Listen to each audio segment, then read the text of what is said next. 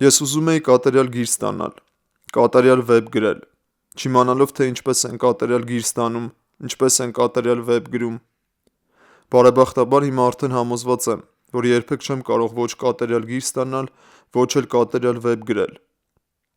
Բայց գոնե ինքս ինձ համար ուզում էի պարզել, թե վերջապես որոնք են չիմացության անմեկնելի պատճառները։ Որոնումների ճանապարհին ոչ ոք, ոչ փիլիսոփաները, ոչ մշակութաբանները,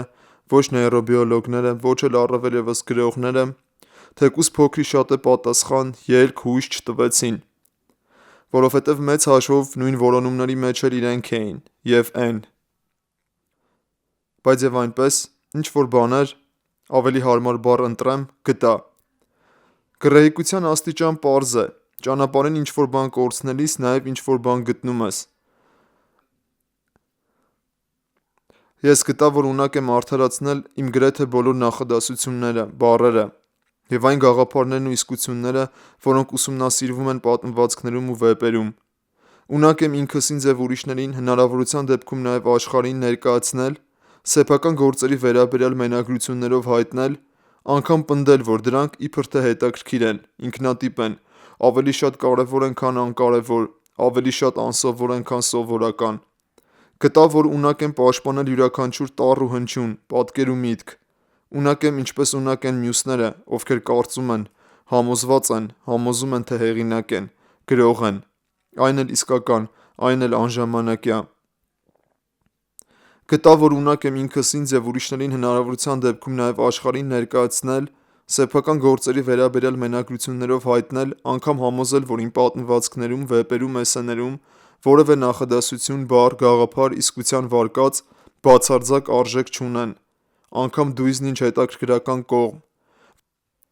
որ դրանց լույսաշխարհ գալը լրիվ զուր էր, որ կապիտալիստական աղբի հերթական թափուկ էր։ Եվ ունակությունների այս բուռն փաթեթը սկսվում ու ավարտվում է մասնավոր անձնապաստանության բնում, ուրիշ ոչինչ։ Գրողները երևի ամենաանհետաքրքիր մարդիկ են, առանց ձևեր բանեցնելու, ես ինքս ինձ հանդիպած ամենաանհետաքրքիր մարդն եմ։ Տարիներ առաջ ոչ միայն փորձում էի գրել, այլև շատ էի ուզում գրող լինել։ Դրա մեջ արկածախնդրության գայթակղություն կար, ծովահենություն։ Հիմա էլ չեմ ձգտում ինչ-որ բան լինել, կամենում եմ լինել ու վերջ։ Էնրիկե Վիլամատեսի վեպերից մեկում հերոսը ջղայնանում է. «Գրողները, էդ ինքնահավան քմահաճ ու մեծամիտ քունածների բանակը։ Այս պահին քանի միլիոն գրող կլինի մոլորակում, կոնկրետ որևէ թիվ ասելը դժվար է։ Ամեն ակնթարթ բանակը նոսրանում է ու նույն վայրկյանին վերստին համալրվում։ Համենայն դեպս հենց հիմա աշխարհում թերևս կհավաքվի գրողների մի հոտ զորագունդ։ Իշխանական վերնախավը, կուսակցությունները, աղքատները, հալածյալները, կենդանիներն ու բույսերը կարծես գիտեն, թե ինչի համար են պայքարում։ Անհայտ է, ինչի համար են պայքարում գրողները։ Իհարկե, եթե պայքար ասելով հասկանում եմ ձգտում առ հանգուցալուծում։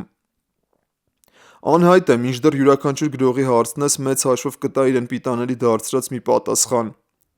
Պիեռ Բուրդյեի ուսումնասիրությամբ գրական դաշտում մասնակիցների, գործակալների պայքարը միտված է դիրքավորմանը, քանի որ գրական դաշտում մասնակիցների մի ստվար հատված արդեն իսկ կարգավիճակի է տիրապետում, լեգիտիմության, ուրեմն մյուս հատվածը, այսպես ասած անիծյալ պոետները, հետամտում են վերականգնել պատմական անարդարությունը, այդ կարգավիճակը իշխողների ձեռքից վերցնելով լեգիտիմությունը, զավթել գահը։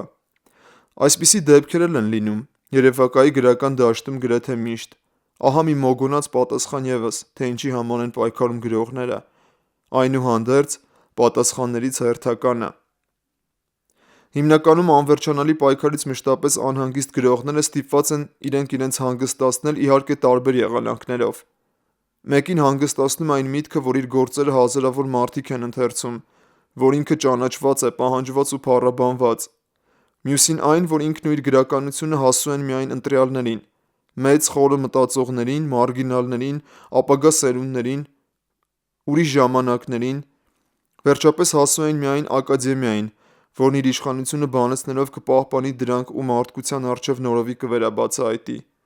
Կան ավելի ծանր հանգստացուցիչներ, ասենք գրչընկերոջ անհաջողությունները, իբր թե նրա գրողական տաղանդի ակնհայտ բացակայությունը, նրա միջակ գործերը իր բացառիկ գործերի ֆոնին։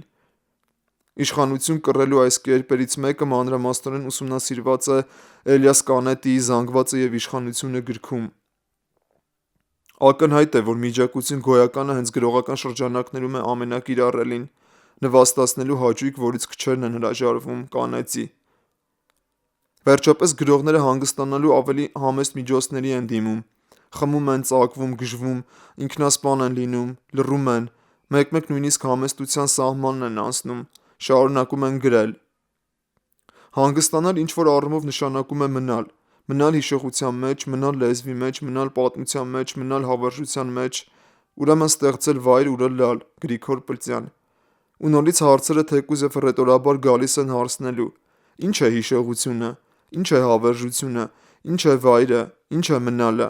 Գրականությունը ոչ թե իզորու չէ այս հարցերին պատասխանել, այլ ուղղակի չի պատասխանում։ Պատկերացրեք պատասխաներ. սա է հավերժությունը, սա է հիշողությունը, սա է վայրը, սա է լինելը։ Այդ դեպքում կարելի է և հանգուցալ լուծում գտնել, ազդարարելով պայքարի վերջնական ավարտը։ Բայց ի՞նչ կնշանակի ազդարարել պայքարի վերջնական ավարտը, ի՞նչ է ավարտը։ Ավելի պարզ, հնամաշ դեն նետված ու արհամարհված փաստարկներից մեկը ասել է ու ասում է. մարդը ի վերջո նաև պատմող կենդանի է, մարդը ինչպես սիրում է սիրել, երգել, պարել, ուտել, խորհել ու քնել, այդպես էլ պատմել է սիրում, ավելի ճիշտ վերապատմել, այն ինչ տեսել է, լսել, զգացել ու երևակայել։ Խարույկի շուրջ հավաքվածները ավելի շատ հավատում են այն վերապատմողներին, ովքեր ավելի համոզիչ են վերապատմում, անհավանականորեն հավանական։ Հոմերոսը վերապատմում է, Շեքսպիրը վերապատմում է վերապատմության պատմությունը, Ռաբլեն, Սերվանտեսը, Դեֆոն, Սթեռնը վերապատմում են, Վալզերը վերապատմում է զբոսանքը, Պրուստը վերապատմում է Պրուստի հիշողությունը, Վիրջինիա Վուլֆը վերապատմում է Վիրջինիա Վուլֆը, Կաֆկան վերապատմում է Մելվիլը, Ջոյսը վերապատմում է Հոմերոսը, Բորխեսը վերապատմում է գրականությունը, Կալվինոն վերապատմում է իտալական հեքիաթները, Բրունո Շուլցը վերապատմում է Կաֆկայի երազները, Երվանդ Օծյանը վերապատմում է անիծյալ տարիները, Պրիմո Լևին վերապատմում է Աուշվիցը, Աննա Ֆրանկը վերապատմում է մահը, Բեկետը վերապատմում է հոգեվարքը, Հանդկեն վերապատմում է ինքնասպան մորը, Յասունարի Կավաբատան վերապատմում է Չանոյուն, թեյախմության ծեսը, Ռոբերտո Բոլանյան վերապատմում է 2666-ը, Մաքս Զեբալդը վերապատմում է մոռացությունը, Հակոբ Օշականը վերապատմում է Քոքուրները, Թումանյանը վերապատմում է ամեն ինչ, Ռուբեն Ֆիլյանը վերապատմում է Վեդաները։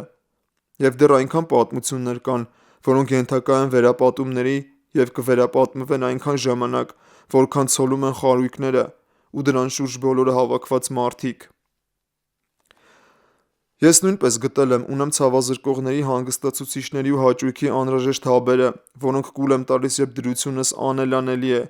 Դրանք այն մարդիկ են, որոնց անունները անխնա պիտառում եմ այստեղ և ամենուր, գրողները, մտածողները, գրողների գրքերում եղած այն բոլոր տողերն ու պարբերությունները, որոնք խոսում են դրության անելանելիությունից, ոչ մի տեղից չսկսվող ու ոչ մի տեղ չտանող պայքարի ծաղրից, առնվազն վստահեցնելով, որ մենակ չեմ, որ մենք միասին ենք մենակ։ Անցյալի փորձառության մեջ քեզ ես տեսնում, թե ցանկանում ես տեսնել, սարսափելով արտաբնակեցման ճակատագրից։ Դու չես ուզում ապրել քո փորձառությունը, ուզում ես ապրել քո փորձառությունը, որը արդեն ապրել են։ Դու կարիք ունես նույնությամբ տեսնելու այն իրավիճակները, տրամադրություններն ու մտքերը, որոնք անցյալում նույնությամբ կրկնվել են։ Ուրեմն իսկապես մենակ չես, ուրեմն մենակ դու չես, մենք ենք։ Գուցե միայն այսպես է հնարավոր դիմագրավել անհուսությանը, որն ականջիդ մահ է շշնջում, ասում է շնորհով ու ապաշնորհությամբ դու բացառիկ ես։ Փորձառության զուգորդությունը գալիս է ազատագրելու քեզ ինքդ քեզնից, փլուզելով եզակիության իշխանությունը, բացելով անսահմանության դռները։ Հիմա գիտեմ, ինչ այստեղ գրում եմ ու մտածում, ընդհանրապես ինչ գրել եմ ու մտածել, շատ անգամներ և գրվել է և մտածվել։ Դրանից էլ չեմ ուժատվում, ինչպես տարիներ առաջ, հակառակը, դրանով գնում եմ ու միանում այն ամբողջությանը, որի արդյունքն եմ։ Կապիտալիզմի համակենտրոնացման ճամբարներում կկարողանա վերապրել այն գրականությունը, որը ձանձրալի է, չի սպառվում, նորաձև չէ, օրիգինալ չէ, հանճարեղ չէ,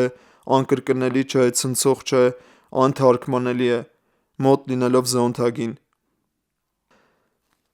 Պայքարը կիսատ մնաց, հետևաբար որևիցե բանի համար պայքարելու առիթները անսպառ են։ Պայքարի տեսակ է նաև պայքարի բացակայությունը, որովհետև ինչ որ մեկը ավելի հավանական է փիլիսոփան տեսաբանը, մեծ ցանկության դեպքում կարող են սահմանել մտածել սահմանումը, որ պայքարի տեսակ է նաև պայքարի բացակայությունը, և հենց հաջորդ ակնթարթում պայքարել այդ սահմանման դեմ։ Եվ ուրեմն ինչի համար են պայքարում գրողները։ Գոնե մոտավոր ենթադրություններ կան։ Անշուշտ կան։ Գրողները պայքարում են բառերի հետ, բառերի համար, ինչպես Կլոդ Սիմոնի «Ֆարսալի ճակատամարտը» վեպում, որտեղ ճակատամարտի արյունը կողմերից մեկի հաղթանակի և մյուսի պարտության ճիչն ու լռությունը միմյանց դեմ մենամարտի ելած բառերի մարմիններից են հոսում։ Գրողները պայքարում են մոռացության դեմ, հասարակության դեմ, իրենք իրենց դեմ, պայքարում են հիշողության պահպանման, աշխարհը ավելի լավը դարձնելու, պայքարում են ճշմարտություններ դակելու համար և շարունակ այսպես, հարյուրավոր բաների դեմ և հանուն անքանակ բաների։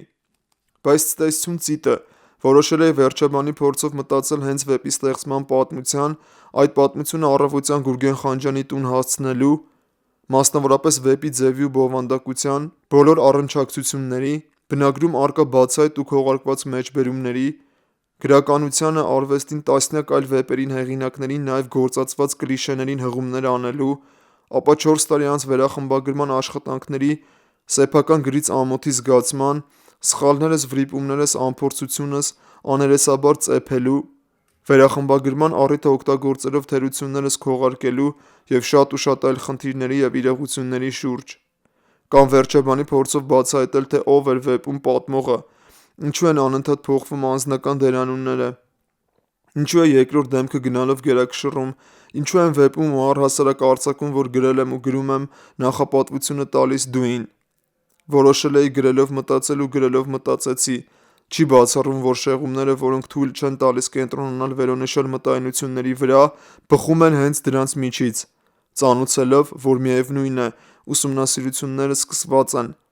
Ամեն տեղ կարծես նույնն է, գրականության մասնագետները ավելի շատ են, քան գրականության շուրջ մտածողները, և որքան էլ մտածել սովորես, միևնույն է, միտքը համառորեն չի ստրկանում, և մտածելը այդպես էլ մասնագիտություն չի դառնում։ Վեպի հրատարակումից հետո ինձ հայտնի միակ արձագանքը Վահան Իշխանյանինն էր «Այլ պատմություն. Պաչյանի ցտեսություն Ծիտը» հոդվածով։ Նաև Հովհաննես Իշխանյանն էր իր բլոգում անդրադարձել։ Իսկ հետո, ինչպես որ կա, ինչպես լինում է, մասնագետների ու ոչ մասնագետների կարծիքանման կարծիքները կարծիքում էին։ Թույլ էր, ուժեղ էր, հետաքրքիր էր, անհետաքրքիր էր, լուրջ էր, անլուրջ էր, խառն էր, պարզ էր,